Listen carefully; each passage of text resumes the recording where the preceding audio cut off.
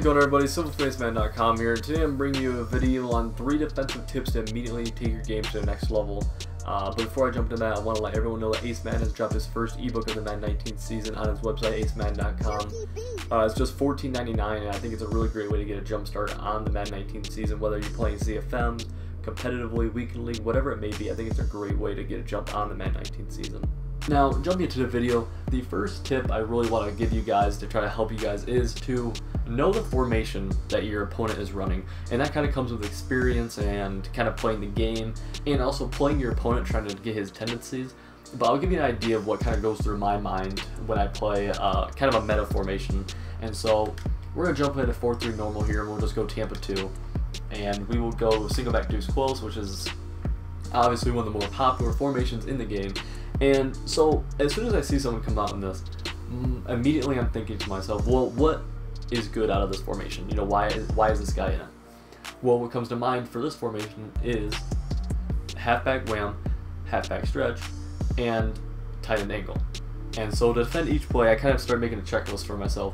Well, to defend tight end, or to defend halfback wham, I'm probably gonna pitch my line, and maybe I do that and I do something like this with my line.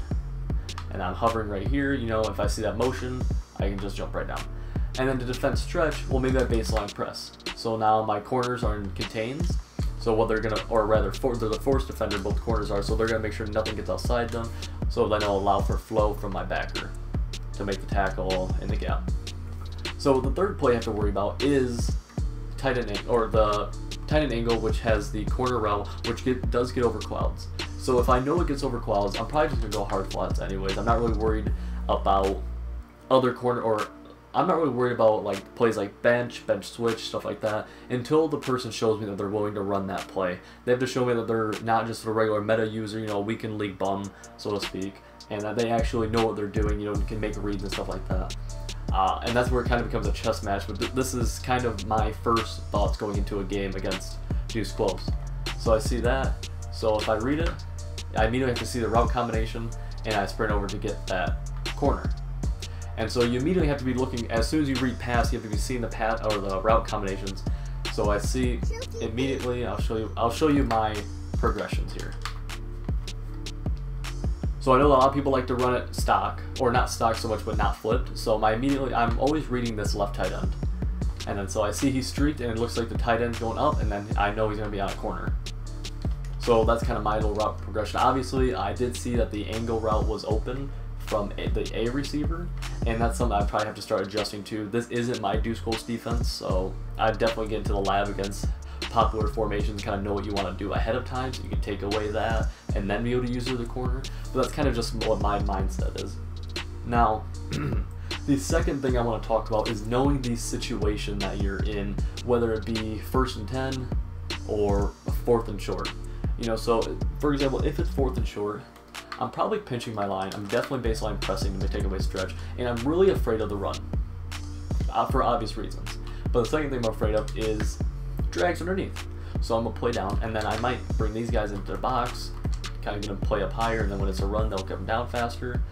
And then so 4th and short, you know, you gotta be worried about drags, maybe a quick high ball, or obviously deuce close, wham, and stretch. So that's really my mindset for 4th and short, or 3rd and short, or something like that. You know, I'm selling out underneath, and if they show me that they're willing to take 4th and short and throw a 30-yard route downfield, okay, then I'll adjust to that. Now, I'm gonna reset the play, and let's say it's 4th and long. Well, I'm probably not gonna press. I have no reason to press on 4th and long. Before the play, I'm probably going to coaching adjustments and making my pass rush on aggressive, just for the sake of because I know it's not going to be a run, so they're not going to hurt me there. And if they want to fake snap me, then go ahead, it's just 5 yards, it's still 4th and long, or 3rd and long, whatever it may be. And so what I'm doing here is, I gotta move my safeties back, they gotta move back. But what I'm doing here is I'm probably going to put him in a deep 3rd. I'm going to definitely hit Y and then protect the sticks to make my zones all drop back. And then I might do something where you can mess with this. It's kind of more depends on your play style. I might try sending a blitz like this, and then maybe I drop him back, and let's say this was, you know, my good blitz setup. You know, I knew this was going to come in, and so I'd probably, you know, take him right here and then use her over here real quick, and maybe not let him get time for that, or maybe I go max coverage, or I do something like this, and then maybe I use him here. So maybe I do something like that, and I spread my D-line. You know, there's different things. It really matters on your play style, but you kind of have to have an idea of what you want to do before you get into it. But you definitely don't want to be caught on 4th and long and be shaded underneath and have hard flats, because that just doesn't make any sense.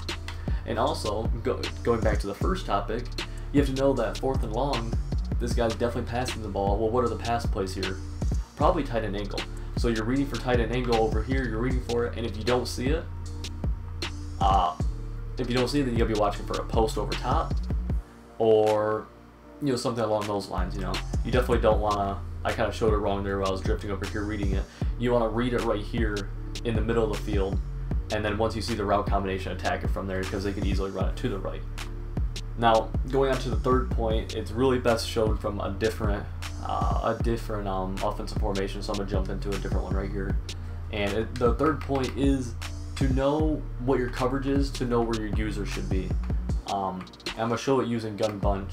I think Gun Bunch is a pretty good way of showing it. And we're just going to go Tampa 2.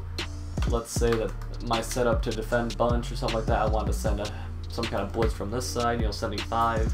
Maybe this was my blitz setup, I don't know, I'm just kind of going. And so you really have to realize, okay, what are the, where am I covered and where am I not? So I know I have a quad flat to the left, I have a quad flat to the right, I have 2 deep halves, and I have a vertical hook right over the bunch side. So where can I immediately be attacked from? I can be attacked from Julio Jones, he could be on a slant or something. And so let's say I'm using it over here, well, they're gonna hit that slant. And right there, the quad flat makes a really great play, but you kind of get the point where they can, you know, you have to be aware of where your user's gonna, where your coverage is, because I have no reason to use her over here to snap the ball until I know that Julio isn't attacking that immediate shallow left right here. And then also I have a huge hole up here. Well, going back to the first tip, I need to know what kind of formation I'm playing. I know Gun Bunch doesn't really have any post routes from the right side that are meant to attack Tampa 2 like that.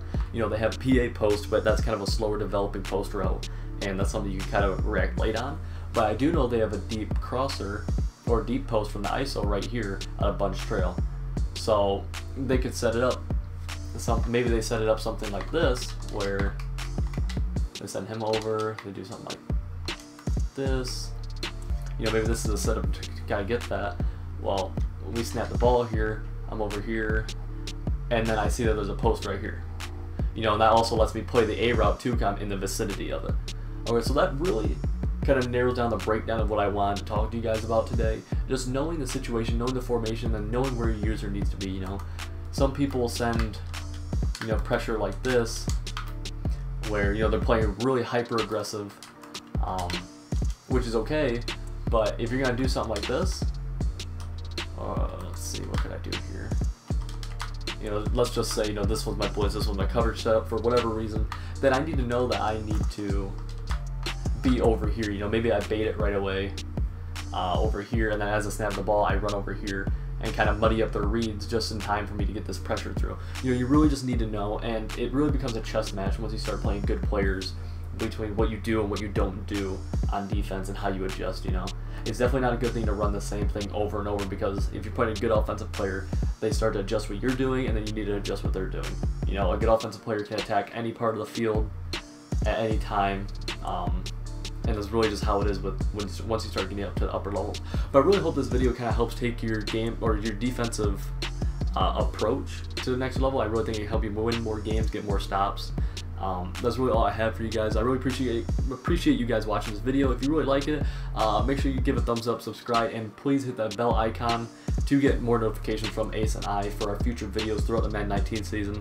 And that's really all I have for you guys. Thanks for watching.